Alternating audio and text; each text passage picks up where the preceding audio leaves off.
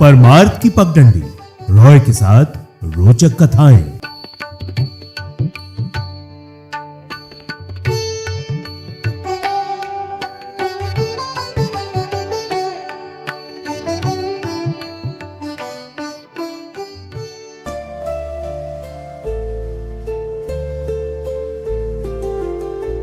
आज कथा अश्विनी कुमारों की। हिंदू धर्म के प्रमुख 33 देवताओं की सूची में अश्विनी कुमारों का नाम भी प्रमुख है। अश्विनी देवी से उत्पन्न होने के कारण इनका नाम अश्विनी कुमार रखा गया। इन्हें सूर्य का औरस पुत्र भी कहा जाता है, जो मूल रूप से चिकित्सक थे। ये कुल 2 भ्राता हैं। एक का नाम नासत्य और दूसरे का नाम दस्त्र है।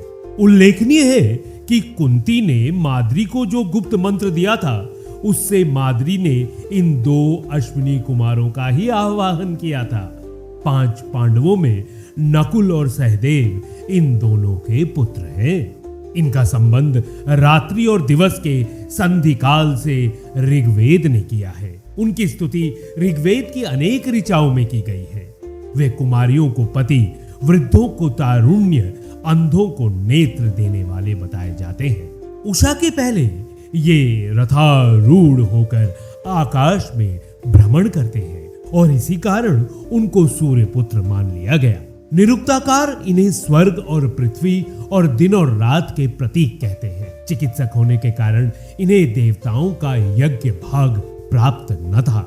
महर्षि च्यवन ने इंद्र से इनके लिए संस्तुति कर इन्हें यज्ञ भाग दिलाया था। दोनों कुमारों ने राजा शर्याति की पुत्री सुकन्या के पतिव्रत से प्रसन्न होकर महर्षि च्यवन का इन्होंने वृद्धावस्था में ही कायाकल्प कर उन्हें चिर यौवन प्रदान किया था।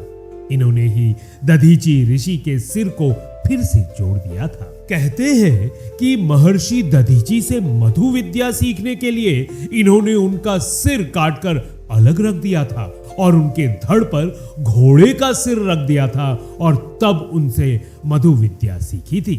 पौराणिक वर्णन के अनुसार देवता विश्वकर्मा को त्वष्टा भी कहा जाता है। उनकी पुत्री का नाम संज्ञा था। संज्ञा को कहीं कहीं प्रभा भी कहा गया है। विश्वकर्मा ने अपनी इस पुत्री का विवाह भगवान सूर्य से कर दिया। विवाह के बाद संज्ञा ने वैवस्वत और यम नामक 2 पुत्रों और यमुना नामक 1 पुत्री को जन्म दिया। संज्ञा बड़े कोमल स्वभाव की थी, जबकि सूर्य प्रचंड स्वभाव के थे। ऐसे में बड़े कष्टों के साथ संज्ञा सूर्य देव के तेज को सहन कर रही थी।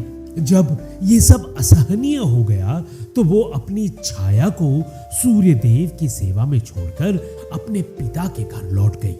बहुत दिनों बाद पिता विश्वकर्मा ने उसे अपने पति के घर लौटने को कहा, लेकिन वो वहां नहीं जाना चाहती थी। तब वो उत्तर कुरु नामक स्थान यानी कि उत्तरी ध्रुव के पास एक घोड़ी का रूप बनाकर तपस्या करने लगी। इधर सूर्यदेव संज्ञा की छाया को ही संज्ञा समझते रहे।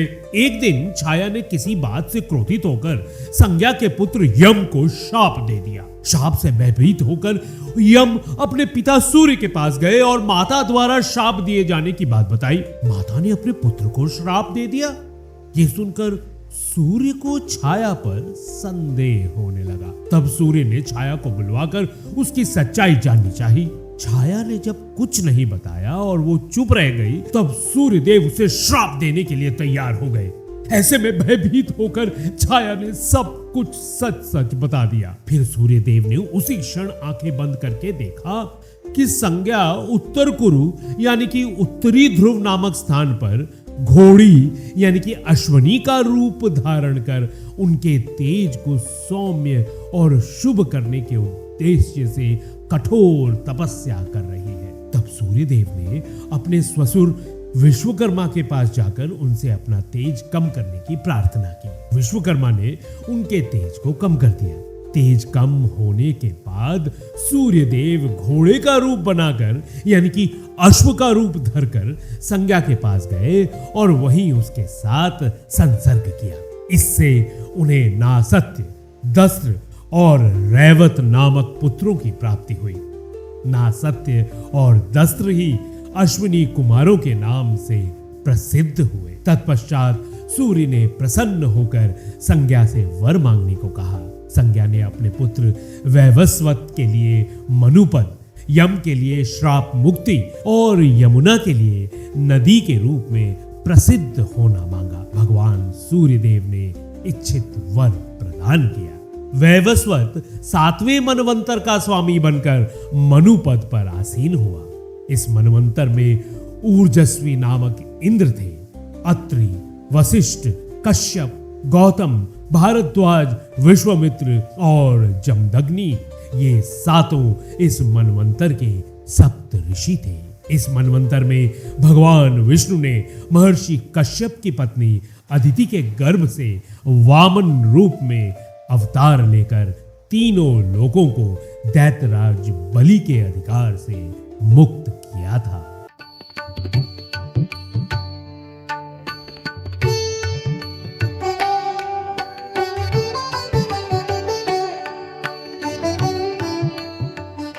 रॉय के साथ रोचक कथाएं, परमार्थ की पगडंडी।